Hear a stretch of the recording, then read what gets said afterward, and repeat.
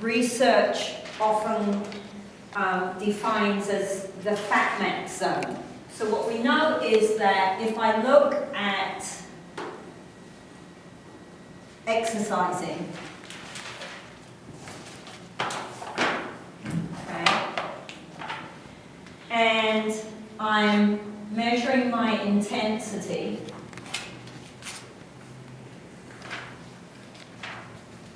against the amount of fat that's being metabolized. I can't write upside down. Fat metabolism. Okay. Then the graph we get looks a bit like this.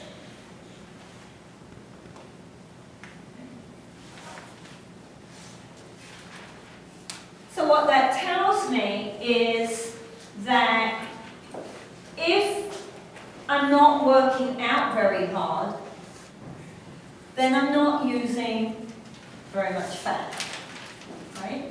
So when you're sitting here, you're using fat, but you're not using very much fat. So not working out very hard is not going to help me lose weight.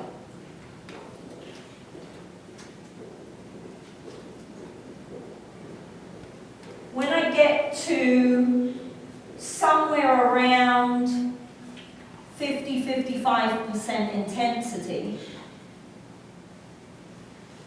we start utilizing a lot more fat to feed into Krebs cycle to make ATP. So, got to work hardish. I can't just stroll. That's going to use fat, but not enough fat to have an impact on the goal. But at around 70–72% intensity, depends on how you're measuring intensity here, but somewhere around 70–72%. This is if I'm looking at VO2 max.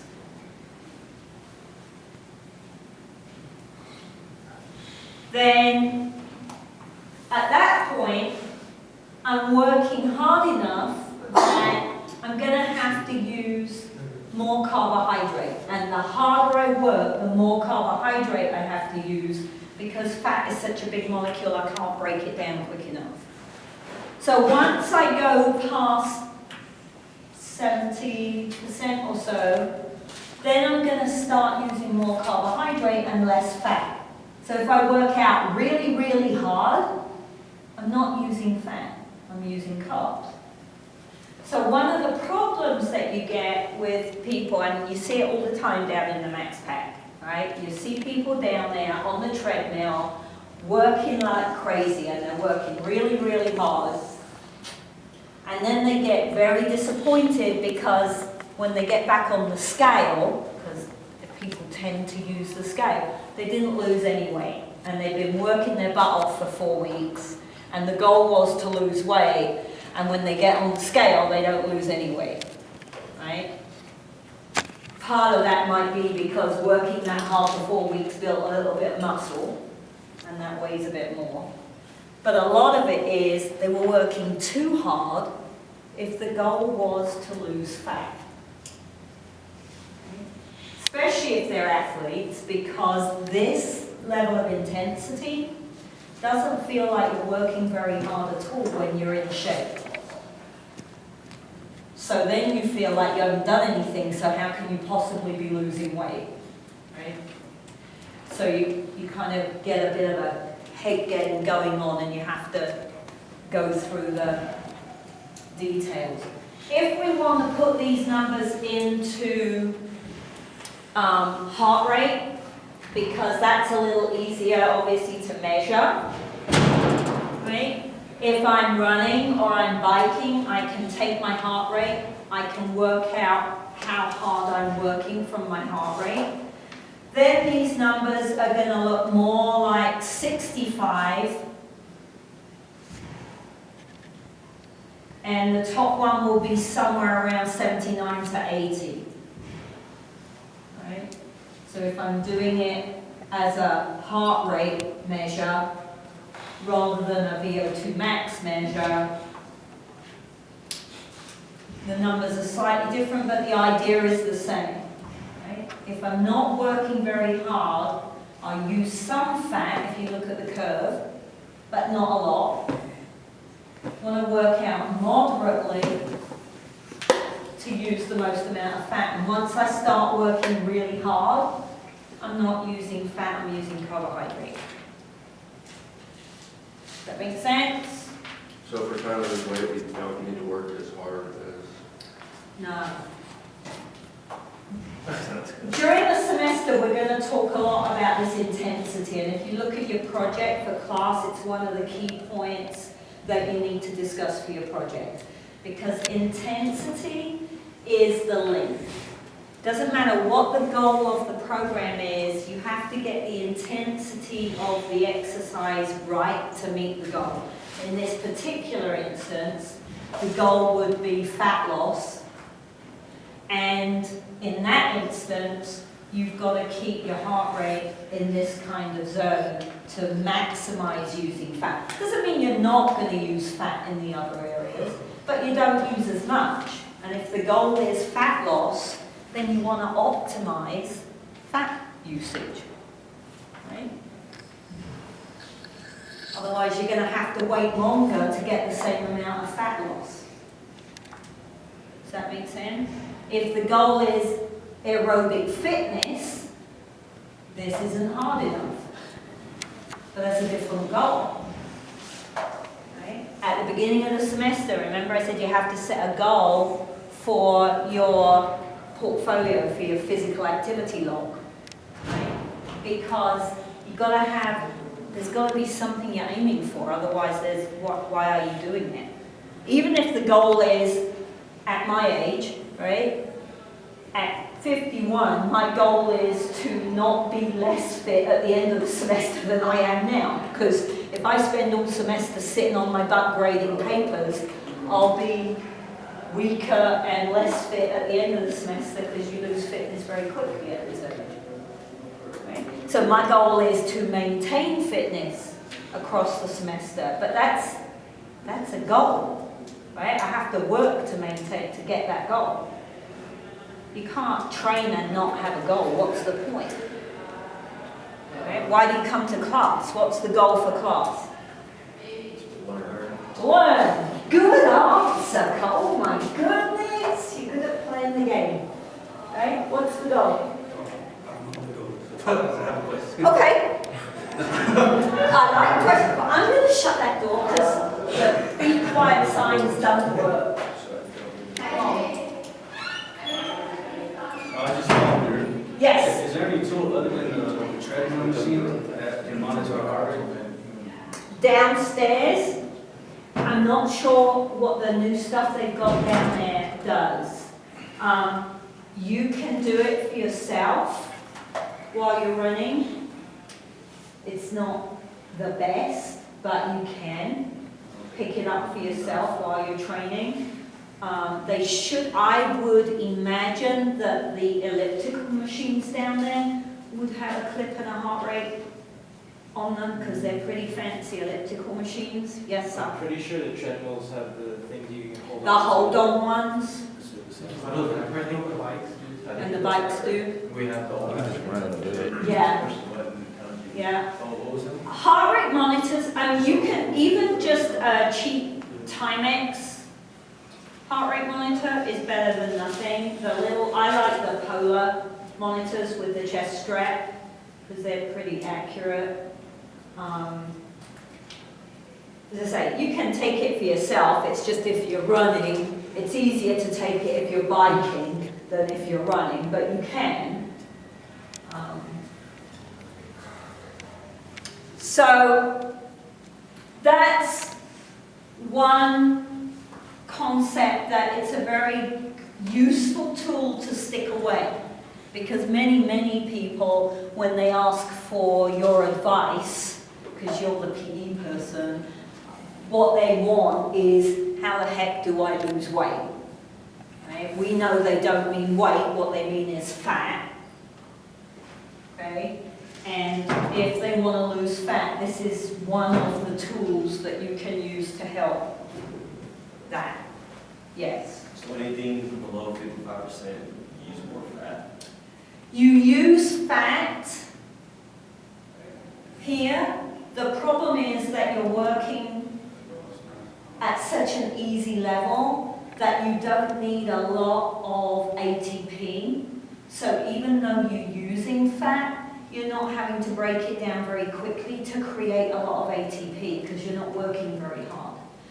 So you would lose weight if you altered your diet here, but it would take a long time. And most people, in order to be motivated, need to see relatively prompt results. So if you can optimize their fat usage, then you can optimize fat loss, and they'll get results in 3-4 weeks rather than in 8 to 10 weeks. Right?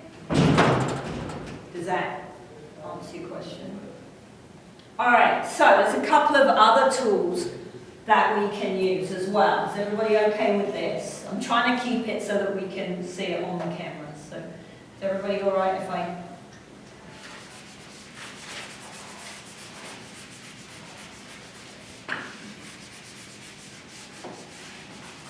All right, so today's Wednesday. On Monday, we looked at intensity and duration as factors that play a role with aerobic metabolism and whether I'm using carbs or fats. So when I look at intensity as a factor,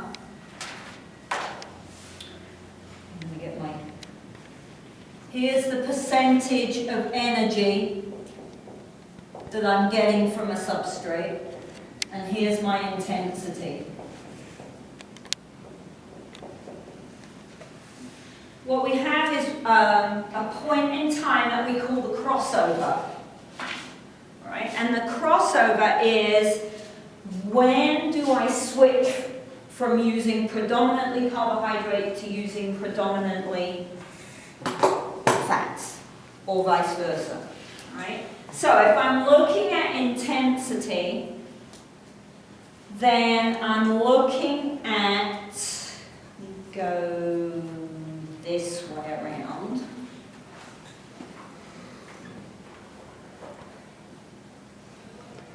This is 100% carbohydrate, right? This is low intensity, this is high intensity, right? So I'm not working very hard, I'm working very hard. So we just said when we work very hard, we have to use carbohydrate, right? So I use more carbohydrate the harder I work. On the flip of that then, when I'm looking at fat use, I use less fat the harder I work.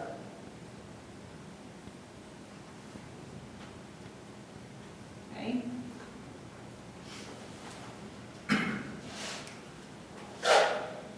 So what we're interested in then is, what point does the crossover occur?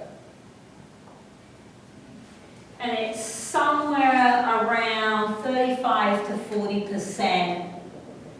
So if I use this along with that fat met zone, somewhere around 35 to 40% we switch over.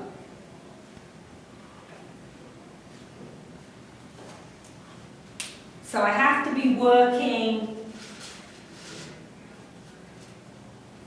quite hard to use 100% carb, but it means if I'm an endurance athlete, I've still got to have carbohydrate. Being an endurance athlete doesn't mean I only use fats, I still use some carbs. If I'm a competitive athlete, as a cyclist or a runner, then I can't say I don't need carbohydrate because we only use carbohydrate anaerobically. We always need some. But what's more interesting is what happens if I change intensity and I make it duration. Because that was our other factor.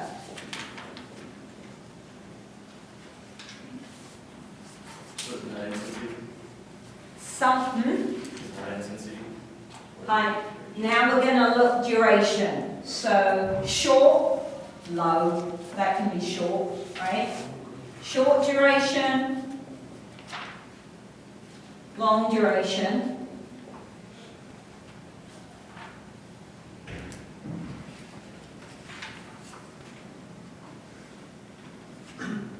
Now, what I get is carbs, oops, and fats. Okay. So when we change the variable that we're looking at, the graph swaps over. Because they're saying the same thing really, right? If I'm doing an exercise for a very long time, am I working very, very, very, very hard? No, right? Those two things don't go together, period. Right?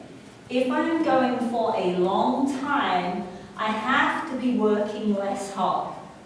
So if I compare it to the intensity graph, if I'm working less hard, I'm using more fat. Right? If I'm working for a long time, I'm using more fat. If I'm sprinting really, really, really hard, can I keep it up for a long time? No, right? So if I'm sprinting as hard as I can, it's going to be a short amount of time, and I'm going to use more carbohydrate than I am fat.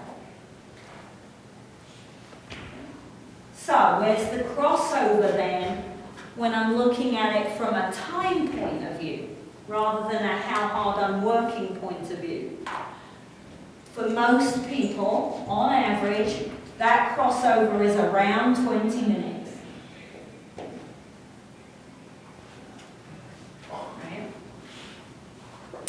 Give or take a couple of minutes, depending on what their training program is like, what their body composition is like. On average, it's around 20 minutes. So then if you take this idea and the fat max zone idea, and you put those two together, now you've got a really good training program if someone's goal is to lose fat mass, because I can't go down on the treadmill and run hard for 15 minutes, right? For two reasons. One, I didn't run long enough to switch over to mainly using fat. Two, I was running too hard to use mainly fat. Okay? And yet, we see people do that all the time. Oh, I'm gonna lose 10 pounds. I'm working out so hard. Well, that's great, but why are you working out that hard? Right? Maybe you're not achieving your goal because you're working too hard. Right? It's another tool. What we want to do during the semester is build the tool belt. We've got to get the wrench on, we've got to get the hammer on, the spanner on. Right? I've got lots of different tools, because there's so many variables going on. There's so many different things, and everybody is an individual. And every time you come across a hiccup or a problem, you have to re-evaluate. Here's the tools. Okay, what's going on for this person? Because it may not be the same thing that was going on previously. Okay? So it's just another useful thing to stick away. If I want to have mainly fats being my energy source, I've got to go, because at 20 minutes, that's when we start using most fat. Not that we didn't use any, but we used most. So the goal has to be, I need to go for longer than 20 minutes. Or with the low endurance, or with the low intensity? Relatively moderate to low intensities, yeah. Right? Moderate would be good. Well, what if you're working with someone who's 60 pounds overweight and has sat at a computer desk for the last 5 years?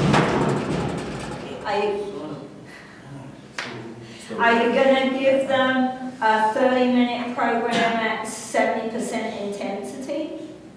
No. So you might have to say to that person, you know what, I know that your goal is to lose weight, but you're not fit enough to lose weight yet. In order to lose weight, I have to get you fit enough to be able to exercise for 25, 30 minutes at a hard enough level. Does that make a bit of sense? Okay. So there's lots of pieces of the puzzle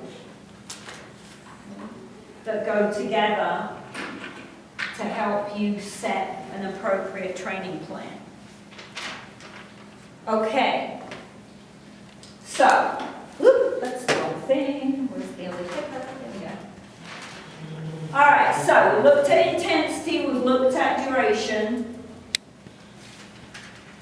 The next thing we're going to look at in relation to getting fit is something we call the lactate threshold. But I have to back up a little bit before we go there, because first off, I want to mention VO2 max, because that's the term that we often think about, VO2, oxygen consumption, when we talk about fitness. Right? And in labs, we're going to be doing some measures of VO2 max during the semester. Right? VO2 max is, or VO2 is your oxygen consumption. VO2 max is your maximum capacity for using oxygen. So, if I'm an aerobic athlete, I'm going to have a higher VO2 max than if I'm an anaerobic athlete, probably. Because anaerobic athletes, A, don't train their aerobic system, and B, probably weren't as good at aerobic type activities from a genetic perspective. That's why they're an anaerobic athlete. Right? If I'm a jumper, if I'm a thrower, if I'm a sprinter, there's a reason I'm a jumper, a thrower, or a sprinter, because I'm good at it. Right? Which means I'm probably not very good at aerobic type things. Okay.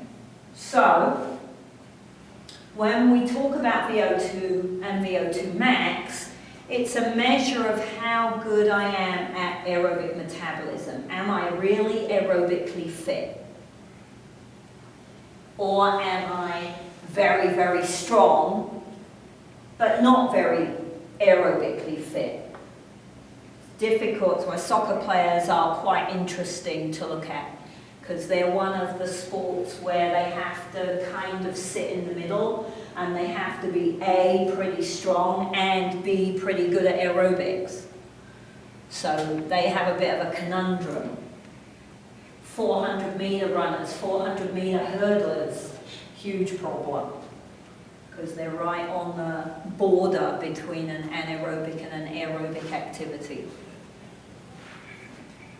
So we look at VO2 max, and we'll spend more time in lab talking about VO2 and VO2 max, and we'll come back to that idea later on.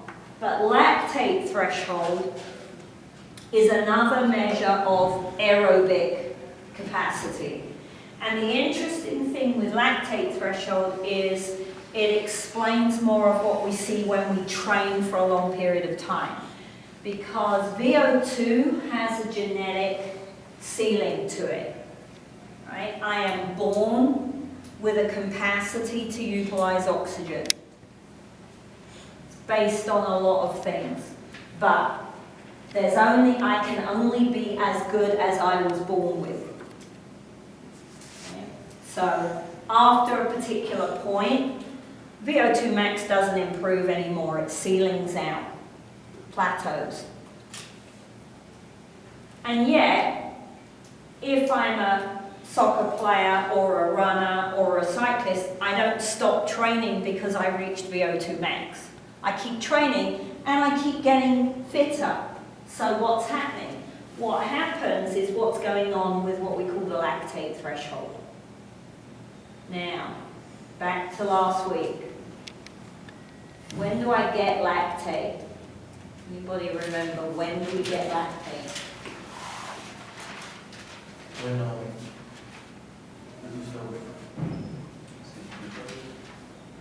Okay, so I bung some carbohydrate into glycolysis. Breaks down, what do I get at the bottom? Pyruvate. What does the pyruvate turn into if I don't have oxygen available? Lactic acid. And lactic acid then is pretty immediately changed into lactate. So when I'm looking at lactate threshold, I'm looking at how much lactate is being moved out of the muscle tissue into the bloodstream. And we can take a blood sample and we can measure how much lactate there is. So it's actually a better measure of aerobic fitness than VO2 max. The problem is it involves a blood sample, so we don't do it on a regular basis. Right? If I'm training my athletes, I don't stop and take blood samples every 3 weeks to see how much fitter they're getting. It's not realistic in our applied world. Okay? But if I don't understand what's going on, then the training program and the improvements don't make sense either. Okay? So, the exercise intensity, the threshold, is the measure of the intensity at which my blood lactic acid lactate levels, remember I said that we often interchange those, exceed what they are when I'm resting. Okay? And that can be typically because how much I'm making is exceeding how quickly I can get rid of it. So if I'm filling up a bath, how quickly it rises depends upon how fast the water's coming in and how fast the water's going out through the plug hole. Right? If I put the plug in, the water starts rising. Same with lactate threshold. At the point at which I'm making so much lactate and shifting it into the bloodstream that I can't get rid of it all, it starts to go up. So, in untrained people, that happens somewhere around 50 to 60% of our max VO2. So if I'm relatively sedentary, somewhere around 50 to 60%. If I'm an endurance athlete and I train regularly and I train pretty hard and I'm very consistent, then lactate threshold increases anywhere up to 80-85% of oxygen consumption.